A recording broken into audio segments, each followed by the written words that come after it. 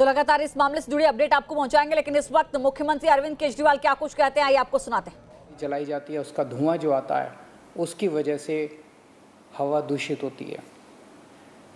अभी तक हम कहते थे कि सारी सरकारें एक दूसरे के ऊपर आरोप लगाती थी।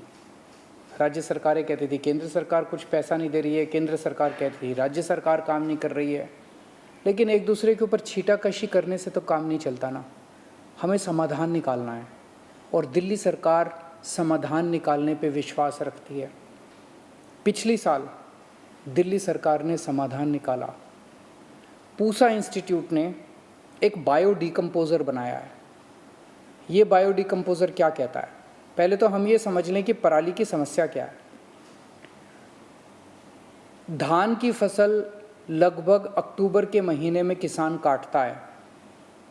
जो जब धान की फसल कटती है तो धान की फसल कटने के बाद इतना इतना तना उसका नीचे रह जाता है, उसको डंठल कह लीजिए, तना कह लीजिए, उतना रह जाता है, इतना इतना तना नीचे ज़मीन पे रह जाता है। इसको पराली कहते हैं। इसके बाद किसान को थोड़ा ही समय मिलता है, 20-25 दिन का समय मिलता है। उसके बाद उसे गेहूं की बुआई करनी होती है, तो समय बहुत कम होता है। इस समय के बीच में किसान को इस तने को, इस डंठल से मुक्ति पानी होती है। तो किसान क्या करता है? तीली जला के आग लगा देता है और ये सारी जल जाती है, पराली सारी जल जाती है, खेत साफ हो जाता है और किसान दोबारा गेहूं की बुआई कर लेता है। इसकी वजह से धुआं पैदा होता है। अभी तक हम लोगों ने किसानों को टारगेट किया। जो किसान अपने खेत को जलाएगा उस पर पेनल्टी लगाई जाएगी। सरकारों ने क्या किया? दोष सारा सरकारों का है, दोष किसान का नहीं है। सरकारों को समाधान देना चाहिए था, सरकारों ने समाधान नहीं दिया, सरकारें दोषी हैं। पिछले साल दिल्ली सरकार ने समाधान निकाला। पूसा इंस्टीट्यूट ने एक बायो डिकम्पोज़र बनाया है, बेहद सस्ता है। उस बायो डिकम्पोज़र को हमने दिल्ली में टेस्ट किया।